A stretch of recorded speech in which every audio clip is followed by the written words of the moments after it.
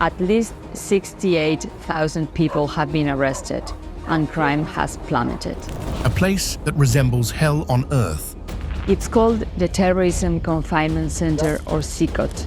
It's the centerpiece of Salvadoran President Nayib Bukele's self-declared war on gangs. What goes on inside? Let's find out today. International watch groups say innocent people are being caught in the raids. Relatives of those detained have been desperately trying to find out what's happened to them. El Salvador's crime crisis. El Salvador has long struggled with a severe crime problem, particularly due to the presence of powerful and violent gangs. For decades, names like MS-13 and Barrio 18 have been synonymous with fear and brutality in the streets. These gangs didn't just randomly spring up. They were born out of a complex history of poverty, civil war, and the deportation of gang members from the United States back to El Salvador. Over time, they grew into criminal organizations that had a stranglehold on many communities, making daily life a constant battle for survival. In the past, various governments tried different approaches to tackle the crime wave. There were hardline crackdowns, softer rehabilitative measures, and everything in between. However, none of these strategies seemed to have a lasting impact. The gangs were deeply entrenched, and corruption often undermined efforts to root them out. As a result, El Salvador's crime rate remained one of the highest in the world, with homicides, extortion, and kidnappings becoming grimly routine. The situation became so dire that it was clear something drastic had to be done. Then came President Nayib Bukele. Bukele, a young and ambitious leader, took office with a promise to transform El Salvador, starting with its crime problem. His approach was bold and, for many, controversial. Bukele didn't just want to tweak existing policies. He wanted to overhaul the entire system. A main part of his security strategy was the construction of a new mega-prison, a facility designed to house thousands of gang members in one highly secure location. So, why did Bukele feel the need to build this enormous prison? The answer lies in the scale and persistence of the gang problem. With over 60,000 active gang members in a country with a population of just over 6 million, the sheer numbers were overwhelming. The existing prisons were overcrowded and became breeding grounds for more violence and crime. Inmates were known to continue orchestrating criminal activities from behind bars, making the prisons more of a gang headquarters than a place of rehabilitation or containment. This new mega-prison isn't just a building, it's an actual hell on the face of this earth. The construction of the mega-prison. Inside this mega prison, you'll find some of El Salvador's most dangerous gang members packed into massive cells in what looks like bird cages. The Centro de Confinamiento del Terrorismo, CICOT, in El Salvador is more than just a massive prison. It's a bold move in the fight against gang violence. Located in a rural area near Mount Chichontepec, about 74 kilometers southeast of San Salvador, CICOT was strategically placed to keep the most dangerous criminals far from the urban centers that have struggled with gang-related issues. Its remote location aims to minimize the risk of escapes and outside interference, making it a fortress against criminal activity. This prison is huge, designed to hold up to 40,000 inmates, and it's the largest of its kind in the Americas, with 8 giant pavilions taking up 23 hectares alone. It's encircled by a formidable 11-meter-high concrete wall stretching 2.1 kilometers, topped with electrified fences. This extensive barrier serves not only as a physical shield, but as a psychological one, constantly reminding everyone of the prison's mission: to contain and isolate some of the country's most dangerous individuals. CICOT was built with impressive speed and efficiency. Completed in just 7 months, it involved around 3,000 workers and was overseen by a Mexican construction company. While the exact cost remains undisclosed, it's clear the government invested heavily to ensure top-notch security and functionality. The urgency behind its construction was fueled by a surge in gang violence that had Salvadorans living in fear. President Nayib Bukele pushed to finish the prison quickly to accommodate many gang members detained under the government's emergency regime. The design of CCOT places a strong emphasis on security rather than rehabilitation. The facility features advanced technological controls with 3 fortified gates, each equipped with body scanners and cameras. Inmates are photographed upon entry to reinforce security measures. Inside, the cells are stark and basic, designed for maximum control. Each block covers about 6,000 square meters and houses over 100 inmates in stark, utilitarian conditions with just 2 sinks and 2 toilets per cell. There are no recreational areas or conjugal spaces, and misbehaving inmates face dark, windowless punishment cells. CCOT also prides itself on being self-sufficient. It has 2 drilled wells, a 600 cubic meter water supply plant, multiple electric power substations, and emergency generators to ensure continuous operations. Conditions inside are harsh. The cells are small, roughly 100 square meters, with iron sheet cabins that lack mattresses. Designed to hold up to 80 inmates per cabin, this results in a cramped and uncomfortable environment. There's no room for relaxation or recreational activities, with prisoners spending most of their day confined to their cells and only getting 30 minutes of outdoor time daily. Meals are served with minimal utensils, mostly rice, pasta, or hard-boiled eggs, since utensils are banned due to fears they could be used as weapons. The prison has also been criticized for allegations of torture and deaths in custody. Reports from the NGO Cristosal claim that 174 inmates were tortured and killed within a short period. Amnesty International has accused Salvadoran authorities of a systematic policy of torture against detainees under the state of emergency, noting that many deaths result from harsh conditions or lack of medical care.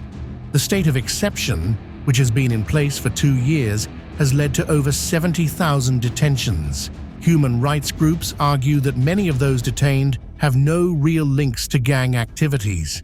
The situation has even affected children as young as 12, with around 1,600 minors arrested for alleged gang affiliations since November 2022.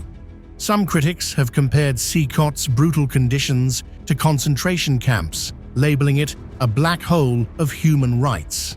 Now, all of this doesn't come without some criticism. Public and international reactions to the prison's construction.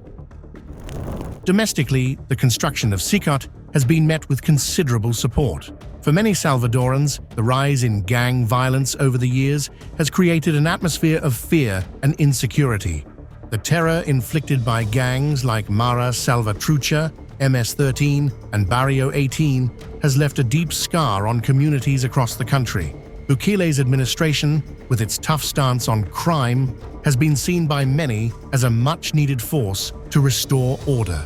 The announcement of the new mega-prison was welcomed by those who have long suffered under the shadow of gang violence, with many viewing the facility as a fortress that would finally contain the threat.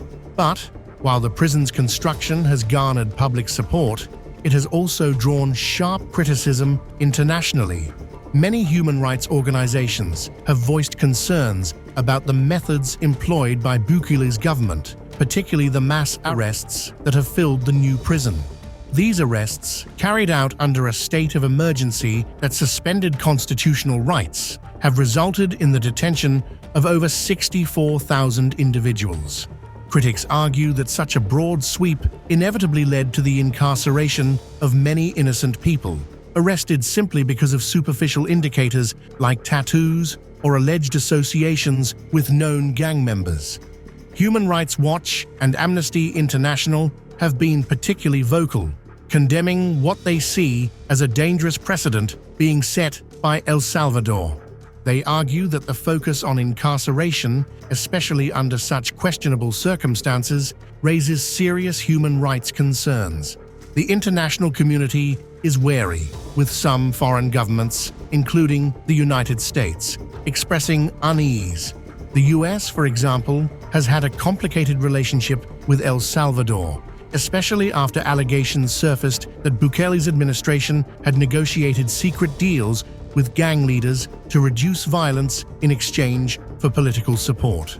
These allegations, combined with the construction of the mega prison, have strained diplomatic ties and raised questions about the balance between effective governance and human rights advocacy. Criticism from human rights organizations regarding potential abuses. Relatives of those detained have been desperately trying to find out what's happened to them. Human rights organizations have not minced words in their criticism of the mega prison and the broader crackdown on gangs. They argue that the mass detention of suspected gang members has led to widespread violations of due process. Under the state of emergency, many individuals have been arrested without warrants or proper legal representation. The suspension of essential rights, including the right to a fair trial and access to legal counsel, has created an environment where abuses can easily occur. Reports from within the detention facilities are alarming. There have been numerous accounts of inhumane conditions, including severe overcrowding, inadequate medical care, and allegations of torture. Human Rights Watch's acting director for the Americas, Tamara Tarachuk-Broner, has pointed out that many of those detained are innocent individuals caught up in the government's dragnet. The lack of transparency and accountability in these mass arrests has only heightened concerns about the psychological and physical well-being of inmates. The design of CCOT itself has also come under scrutiny. The prison's emphasis on punishment over rehabilitation is evident in its harsh conditions. The cells, which can hold over 100 inmates each, are stark and minimalistic, lacking recreational facilities or spaces for conjugal visits. The inclusion of dark, windowless punishment cells further underscores the facility's punitive nature. Critics argue that such an environment is likely to perpetuate cycles of violence rather than break them. Without educational or vocational programs, inmates have little opportunity for personal development or reform, raising serious doubts about the long-term effectiveness of this approach to crime prevention. Internationally, the mega prison has been met with severe criticism, with some likening it to a concentration camp. This comparison has been particularly vocalized by Colombian President Gustavo Petro, who has openly condemned Bukele's policies. Such characterizations reflect a growing concern that the prison system, rather than addressing the root causes of gang involvement, may instead exacerbate them. The fear is that by focusing solely on punishment, the Salvadoran government is missing an opportunity to rehabilitate and reintegrate offenders into society. Arguments emphasizing the need for strict measures.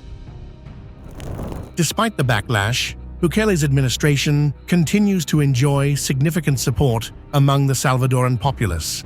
Many view the construction of the mega prison as a necessary and justified response to the country's severe gang problem.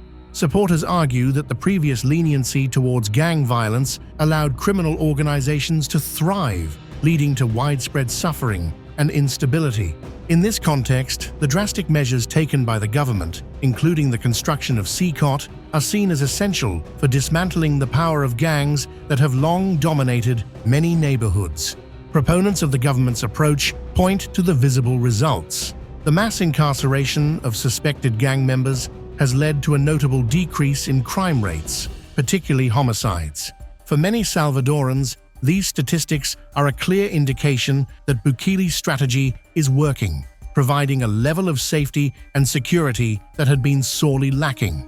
And supporters argue that the mega prison serves as a powerful deterrent to potential gang recruits. The facility's size and advanced security measures send a clear message that the government is serious about cracking down on gang activity. Life inside the mega prison. Life inside CCOT is marked by severe overcrowding and a palpable lack of privacy. The prison, designed to house up to 40,000 inmates, is divided into 8 pavilions, each containing 32 cells that are roughly 6,000 square meters in size. Each of these cells is designed to accommodate over 100 inmates, leading to a densely packed environment where personal space is a luxury few can afford. Inmates in Secot endure Spartan conditions. The cells are equipped with only the barest of amenities, 2 sinks and 2 toilets, which are shared among all occupants. There are no mattresses provided. Inmates sleep on hard surfaces, a measure taken to prevent the concealment of potential weapons. This lack of comfort adds to the physical strain of incarceration, as prisoners are forced to endure the unyielding surfaces of their beds. The environment within these cells is further exacerbated by the harsh lighting that remains on around the clock. Constant surveillance, with guards monitoring every movement, creates an atmosphere of perpetual tension and fear. The prison's design prioritizes security to such an extent that even natural elements like light and air are minimized. The punishment cells are particularly notorious, with their dark, windowless interiors contributing to a sense of isolation and despair. The overall effect is one of dehumanization, as inmates are subjected to an environment that strips away their individuality and leaves them in a state of constant psychological stress. Security measures to prevent escapes and maintain order. Secot is a fortress in every sense of the word, with an array of security measures that reflect the government's determination to prevent escapes and maintain absolute control over the inmate population. The prison complex is encircled by a towering 11-meter-high concrete wall that stretches for 2.1 kilometers. This imposing barrier is further reinforced by electrified wire fences, which serve as a formidable deterrent to any would-be escapees. Entry into the prison is tightly controlled, with inmates and personnel alike subjected to rigorous security protocols. To enter, one must pass through 3 fortified gates, each manned by security guards who conduct thorough searches, including body scans and photography, to ensure that nothing unauthorized enters or leaves the facility. Once inside, the level of control does not diminish. Inmates are under constant surveillance, with masked guards maintaining a pervasive presence throughout the prison. These guards, trained to respond swiftly and decisively to any sign of unrest, are the first line of defense in maintaining order within the facility. This level of control extends to every aspect of prison life, ensuring that the inmates remain under the government's strict supervision at all times. However, while these security measures are undeniably effective in preventing escapes, they have drawn criticism for their potential to exacerbate the very problems they are meant to solve. The prison's oppressive environment, combined with the lack of rehabilitative efforts, may foster a climate of resentment and violence among inmates. The focus on containment rather than correction raises concerns about the long-term impact of such a strategy on both the inmates and society at large. Rehabilitation programs, or lack thereof. Perhaps the most glaring shortfall of Secot is its complete absence of rehabilitation programs. In a facility of its size and scope, one might expect a comprehensive array of educational activities, vocational training, and psychological support to help inmates reintegrate into society upon release. Yet, Secot offers none of these. The prison's design and operational focus are entirely on punishment and security, with little to no effort made to address the underlying issues that contribute to criminal behavior. This lack of rehabilitative programs is particularly troubling given the nature of the inmate population. Many of those incarcerated in Secot are young men who have been drawn into gang life due to a lack of opportunities and support in their communities. Without access to education, vocational training, or counseling, these inmates are unlikely to break free from the cycle of violence and crime that led them to prison in the first place. impact on crime rates and public perception. The opening of El Salvador's mega prison has been accompanied by a sharp decline in crime, particularly homicide rates. Government statistics indicate that the murder rate in 2023 dropped by 70%, reaching an all-time low of 2.4 per 100,000 inhabitants. This reduction is largely attributed to the mass incarceration of suspected gang members under President Nayib Bukele's hardline approach to crime, which includes the use of SICOT as a primary tool in the fight against gang violence.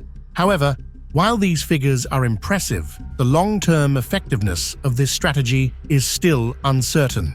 Critics argue that while the mega prison may have temporarily disrupted gang activities, it fails to address the underlying causes of crime in El Salvador, such as poverty, social inequality, and lack of opportunities for youth.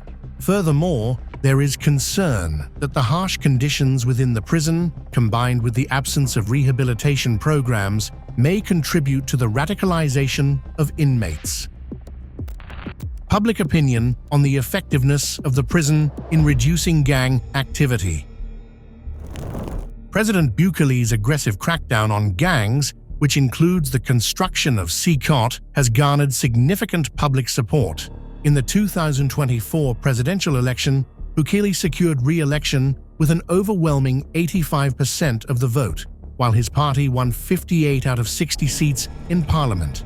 This landslide victory suggests that a majority of Salvadorans approve of the government's tough stance on crime and believe in the effectiveness of the mega prison in reducing gang activity.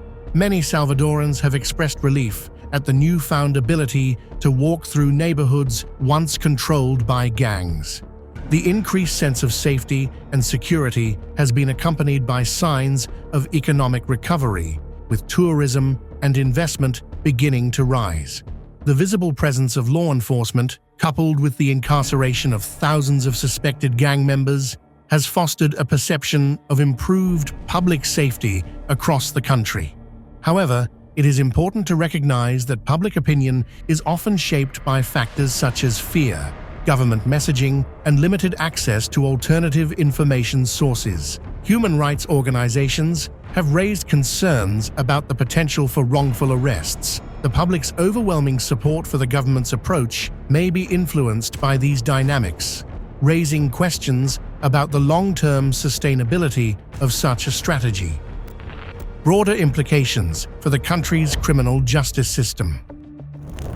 The construction of SICOT and the broader crackdown on gangs have significant implications for El Salvador's criminal justice system. The mass incarceration strategy has dramatically increased the prison population, with over 64,000 suspects arrested since the state of emergency was declared in 2022. This rapid expansion has put immense pressure on the country's resources and infrastructure, raising questions about the viability of such a punitive approach in the long term.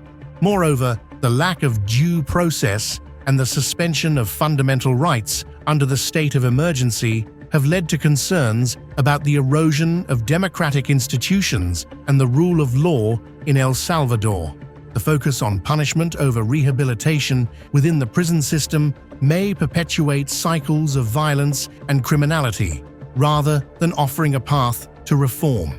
Without addressing the root causes that drive individuals to join gangs, the government risks creating a revolving door of incarceration, where former inmates, hardened by their experiences in SICOT, return to the streets with renewed vigor for criminal activity.